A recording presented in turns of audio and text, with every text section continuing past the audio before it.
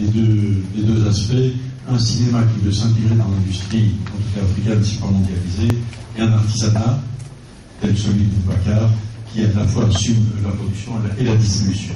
Je pense que c'est vrai qu'il y a eu cette révolution technologique du numérique qui a quand même ouvert les vannes et qui a permis l'émergence d'un autre cinéma qui prend aujourd'hui le relais de ce cinéma industriel de distribution classique.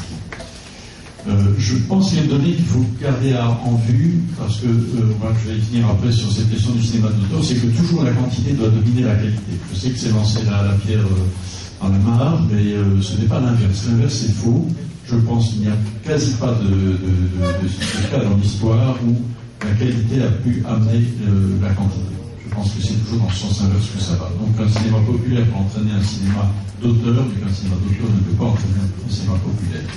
Donc il faut se débarrasser là, je pense, d'une tradition qui est très française. Je pense que c'est lié aux anciennes colonies françaises, dont les cinéastes ont été marqués évidemment par la nouvelle vague et par cette idée de cinéma d'auteur qui a dominé dans le cinéma français pendant longtemps.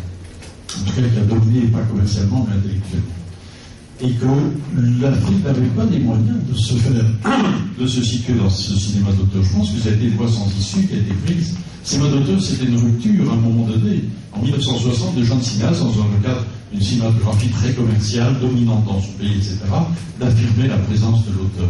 Je pense que l'Afrique avait besoin au départ d'un cinéma populaire où les peuples d'Afrique allaient se reconnaître.